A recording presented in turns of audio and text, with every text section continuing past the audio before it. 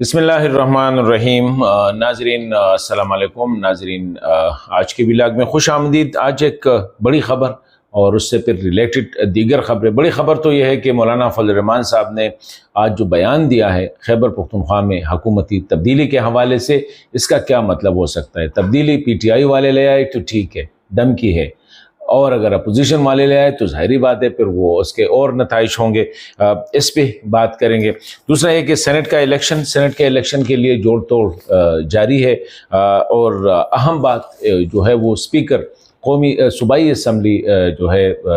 سواتی صاحب نے، اس نے نئے جو ارکان ہیں مخصوص نشستوں پہ جو آئے ہیں ان سے حلف لینے سے انکار کر دیا ہے۔ تو آگے کیا ہوگا؟ کیا وہ ارکان حلف نہیں لیں گے؟ اسی پہ بات کریں گے۔ حلف کے حوالے سے تو میں یہ بات کہوں کہ جب الیکشن کمیشن نے، جب سپریم کورٹ کا فیصلہ آیا اور اس پہ الیکشن کمیشن نے ان کو نوٹیفائی کیا، اور سینٹ الیکشن بھی اسی مہینے کے 21 تاریخ کو ہونے ہیں، تو اس نے الیکشن کمیشن آف پاکستان نے صوبائی اسمبلی کے سیکریٹریٹ کو لکھا کہ الیکشن کمیشن کے لیے جو 21 تاریخ ہے اس کے لیے صوبائی اسمبلی کا حال جو ہے ہمیں چاہیے الیکشن ہیلڈ کرنے کے لیے۔ لیکن اب سوال یہ آیا ہے کہ وہ جو جس دن نئے مخصوص نشستوں کے لیے جو ارکان ہے، جب ان کا انتخاب ہوا، وہ فائنل ہوا، وہ ریسٹور ہو گئے، تو صوبائی اسمبلی کا جو اجلاس جاری تھا اس کو انڈیفینیٹلی مطلب ہے کہ ختم کیا گیا۔ اب اپوزیشن گئے اسپیکر کے پاس اور انہیں کہا کہ اجلاس بلا لے تاکہ ان سے حلف لیا جائے۔ اس نے کہا یہ میرے اختیار میں نہیں ہے اور میں اجلاس نہیں بلانا چاہتا ہوں، میں نہیں بلا سکتا ہوں، اور ان سے حلف جو ہے وہ نہیں لوں گا۔ مطلب اس کا یہ ہے کہ جب اجلاس نہیں بلانا ہے مطلب اس کے حلف نہیں لینا ہے۔ اب آگے کیا ہوگا؟ اس پہ پاکستان مسلم لیگ نون جو صوبائی اسمبلی میں جو اپوزیشن لیڈر ہے عباد اللہ خان صاحب، وہ اور اس کے ساتھ جو نئے منتخب ہوئے جو ہے اس میں 7 ارکان، جو ٹوٹل ہے 6 خواتین اور 1 مائنارٹیز والے جو ہے وہ پشاور ہائی کورٹ چلے گئے، اور ان کا یہ ہے کہ اگر صوبائی اسمبلی یا اسپیکر ان سے حلف نہیں لیتا ہے تو پھر چیف جسٹس آف پاکستان جو ہے ان سے حلف لے۔ تو کیا جو ہماری جو آئین ہے اس کے مطابق یہ ہو سکتا ہے یا نہیں؟ تو وہ آئین 26ویں آئینی ترمیم جو ہے اس کا آرٹیکل 225(2) جو ہے اس کو کوٹ کرتا ہے کہ اگر اسپیکر صوبائی اسمبلی یا نیشنل اسمبلی انکار کرے تو پھر چیف جسٹس جو اسی صوبے کا، جو پشاور ہائی کورٹ کا یا جس صوبے کا ہو، وہ ان سے لے سکتا ہے۔ تو یہ ایک کنفیوژن آئی ہے، اور یہ جو نوٹیفیکیشن ہوا ہے 2 جولائی کو ان کو بتایا گیا ہے کہ ان کا جو نئے مخصوص ارکان پہ وہ منتخب ہوئے، ان کو 2 جولائی کو ان کی نوٹیفیکیشن ہوئی ہے، لیکن اسپیکر صوبائی اسمبلی ابھی تک اجلاس نہیں بلا رہے ہیں۔ 12 سیٹوں پہ الیکشن ہونے ہیں، ان کے لیے جوڑ توڑ جاری ہے۔ اگر ہم فگرز دیکھیں تو ابھی بھی پاکستان تحریک انصاف کا جو ان کے جو اکثریت ہے وہ تقریباً 90+ ہے، لیکن ان کے جو 30 ارکان ہے، مطلب ہے کہ 50 ان کے جو ہے وہ پارٹی ٹکٹ کے ہولڈر ہے یا پارٹی جوائن کیا ہے، 30 ارکان ان کے ابھی بھی آزاد ہے، اور آزاد ارکان کو کہیں جانے سے روکنے کے لیے علی امین خان نے ایک بڑا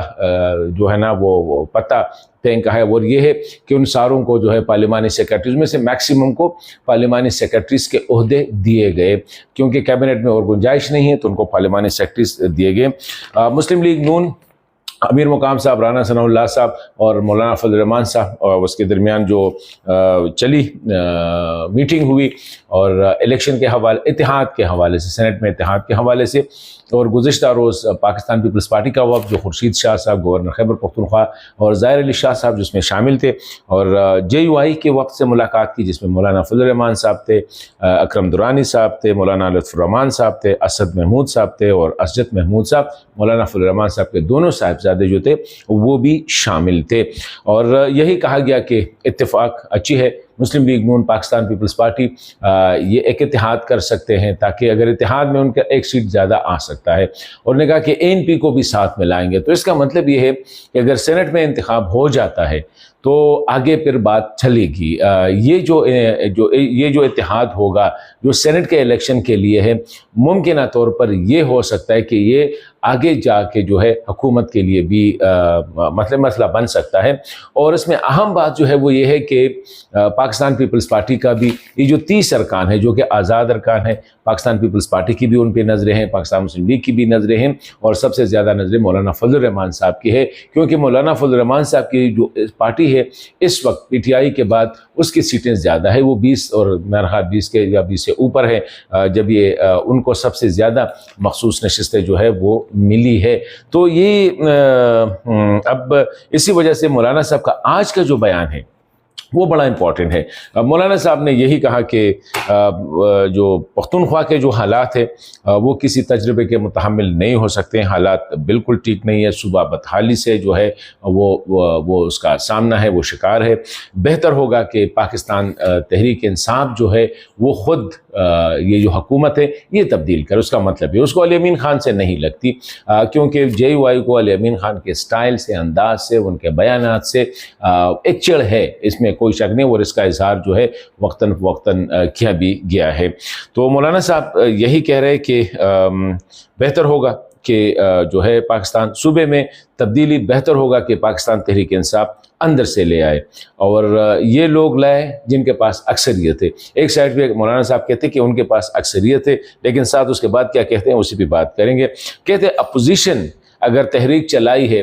وہ متحرک ہو کر تبدیلی لے آئی تو وہ ہو سکتا ہے، لیکن وہ جو اس سے بہتر جو ہے وہ پی ٹی آئی کا اپنا جو اگر وہ لے کے آئے وہ بہتر ہوگا۔ ساتھ ہی وہ یہ کہہ رہا ہے، ایک سائڈ پہ تو وہ کہہ رہا ہے کہ ان کے پاس اکثریت ہے، لیکن ساتھ یہ کہتا ہے کہ ایمان کی حد تک یقین ہے مجھے کہ ان کی جو اکثریت ہے یہ جعلی اکثریت ہے، یہ دھاندلی کے ذریعے جو ہے یہ اکثریت وہ